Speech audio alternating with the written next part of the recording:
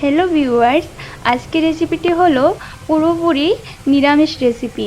চলুন কালারফুল রেসিপিটি দেখে নেওয়া যাক কী কী সবজি দিয়ে বানিয়েছি। এখানে কুমড়ো, কাঁকরোল, স্কোয়াশ, পুঁই শাক, ডাঁটা সব কিছু মিলিয়ে এই সুন্দর সবজিগুলোকে দিয়ে একটি খুব স্বাদের নিরামিষ সবজি রান্না করে দেখাবো। এই সবজির জন্য প্রথমে কি মশলা লাগবে সেটাই দেখাবো। এখানে আদা কুচানো আর 3টে কাঁচা লঙ্কা জিরে নিয়ে একসাথে পেস্ট করে নেব। তারপরে আমি কড়াইতে সামান্য পরিমাণে তেল দিয়ে সবজিগুলোকে দিয়ে দেব। তেলটা গরম হয়ে আসলে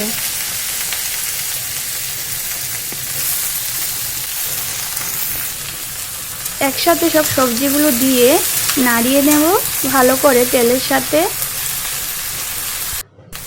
তারপরে দিয়ে দেব 2 চামচ নুন দিয়ে আবার সবজিগুলোকে নাড়িয়ে দেব। নুন দেওয়ার পরে সবজি থেকে জল বের হয়, তার জন্য আমি নুন দিয়েছি প্রথমেই।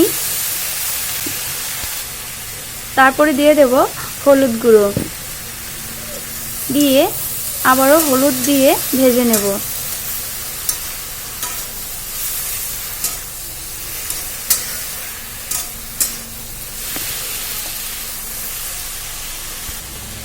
কিছুক্ষণ পর আবার সবজিগুলোকে নাড়িয়ে চাড়িয়ে দেব। সবজিটা খানিকক্ষণ ভাজা হয়ে আসলে তারপরে দিয়ে দেব পেস্ট করা মশলাগুলো দিয়ে আবারও নাড়িয়ে চাড়িয়ে দেব ভালো করে সবজির সাথে।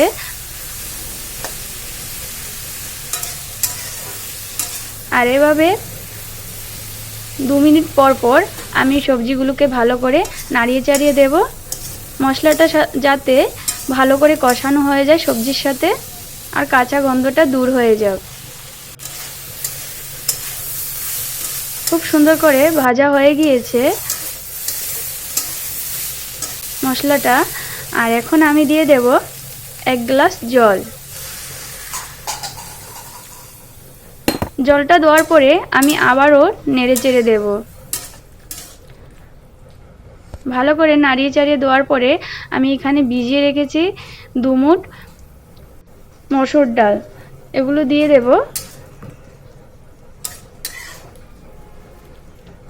দিয়ে ভালো করে ঢুকিয়ে দেব সবজির সাথে। আবারও একটু নাড়িয়ে চাড়িয়ে দেব। ডালটা ভিজানো ছিল, তার জন্য ডালটা খুব তাড়াতাড়ি সিদ্ধ হয়ে যাবে।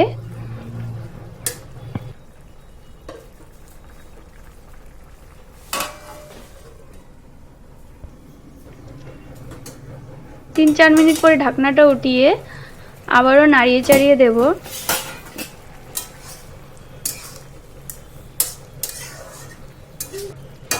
এখন গ্যাসের স্টিমটা কম আঁচে রেখে আবারও ঢেকে দেব। এখানে 6-7 মিনিট আমি কম আঁচে রেখেছিলাম, আর সবজিগুলো পুরোপুরি সিদ্ধ হয়ে গিয়েছে। দেখুন খুব সুন্দর সিদ্ধ হয়ে গিয়েছে। এখন এভাবে ভেঙে দেব সব সবজিগুলোকে।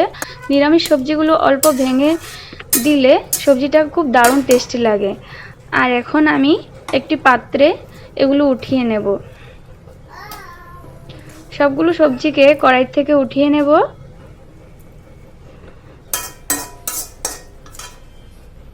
এখন এই কড়াইতে একটু জল দিয়ে গরম করে নেব, আর কড়াই থেকে ডালগুলোকে ভালো করে ধুয়ে নিয়ে নেব।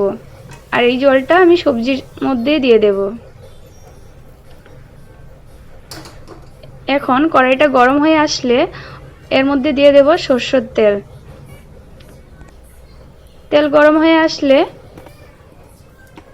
আমি দিয়ে দেব শুকনো লঙ্কা, 5 ফোড়ন আর তেজপাতা। ফোড়নটা ফুটে উঠলে আসলে দিয়ে দেব সবজিগুলো। প্রথমে আমি চামচ দিয়ে দিয়েছি, তারপর আমি সবগুলো সবজি ঢেলে দেব।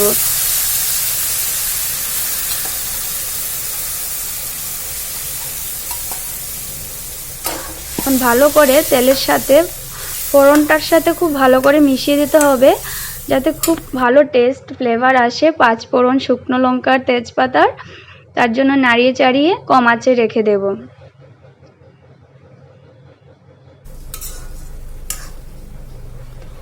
1-2 মিনিট ফোটার পরে আমি 1 মুঠো ভাজা বাদাম ছিটিয়ে দিয়েছি উপর থেকে আর নাড়িয়ে চাড়িয়ে দেব। দেখতেই পারছো রান্নাটা পুরোপুরি কমপ্লিট হয়ে গিয়েছে। আর এখানে আমার কাছে ধনেপাতা নাই, তার জন্য আমি দিতে পারছি না।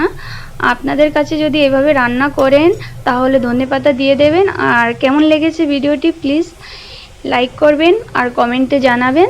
থ্যাংক ইউ সো মাচ ভিডিওটি দেখার জন্য।